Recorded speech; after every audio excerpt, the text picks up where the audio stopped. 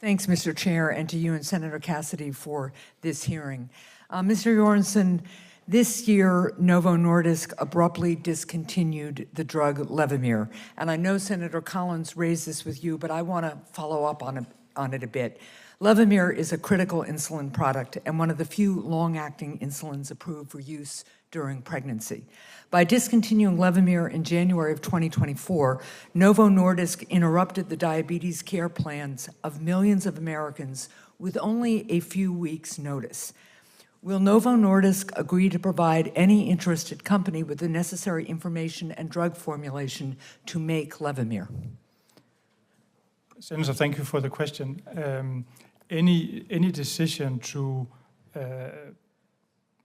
take a product off the market is a very, very difficult decision. And I have to explain why we had to do that. We last year reduced the price for Levemir. We dropped the price, yet to find that PBMs dropped access to Levemir. So much less patients have access to it. I understand that, but my question is, now that you're not making it and there are still patients who need it, will you provide necessary information and drug formulation to other pharmaceutical companies that decide they want to make it?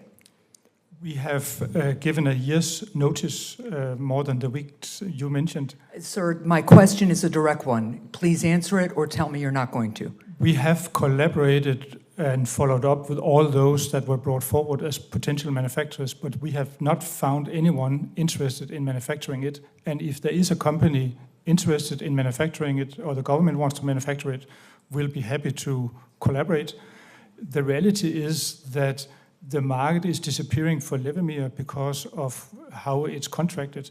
And I don't make a decision like that, an easy decision. I understand, but and have you worked actively to find a manufacturer to take on Levemir? It sounds like you've had some conversations, but are you continuing the outreach? Because there are some patients who really need this medication. Yes.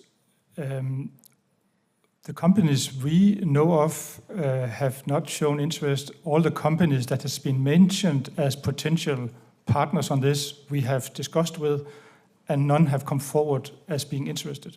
So I will follow up with you in writing to ask for specific steps that you will continue to take over the next, let's say, 3 months to find a manufacturer for this drug. I'd like to move on if I can, because in response to a question from Senator Lujan about your pricing of Ozempic and Wegovy, you said if you drop the price of these obesity drugs, PBMs would take them off their formularies. But here's what the PBMs say. Cigna Express Scripts, the question they were asked is, if Novo Nordisk lowered the list price for Ozempic and Wegovy tomorrow and the net cost stayed the same or went down, would your PBM limit access? Here's what Cigna Express Scripts said. No, if Novo Nordisk lowered their list price for Ozempic and Wegovy tomorrow to a price that was the same or lower than current net cost, that change by itself would not result in less favorable formulary placement. To support this claim, the company provided an example. It did not disfavor a competing weight loss product, Eli Lilly's Zepbound, even as it launched at a list price 20% lower than Wegovy. Here's what United Health Group Optum RX said. No, assuming the net price remains the same or lower, lowering a medicine's list price would not lead to less favorable formulary placement by Optum RX, particularly for high-demand drugs like Ozempic and Wegovy. To be clear, lower list prices and lower net prices support formulary placement and access. CVS Health Caremark said something similar. It said the simple answer is no. In fact, we can point to recent history as a proof point. When Novo Nordisk drastically reduced the price of their insulin, Novolog, in 2023, it did not result in a less favorable formulary placement with Caremark.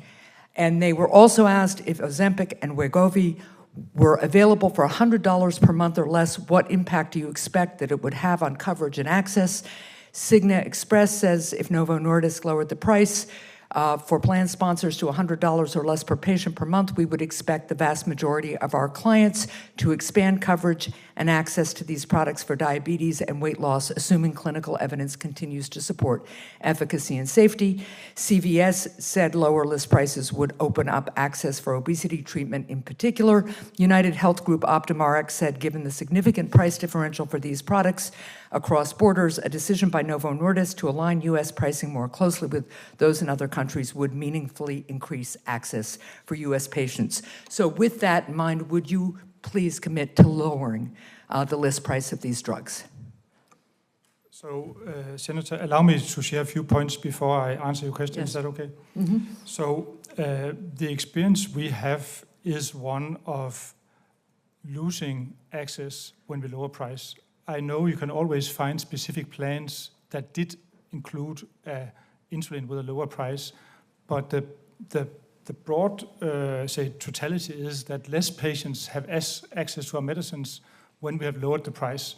I understand that perhaps the PBMs have changed their mind, and I'll be happy to collaborate with them on this, because anything that helps patients to get access and affordability, we are supportive of.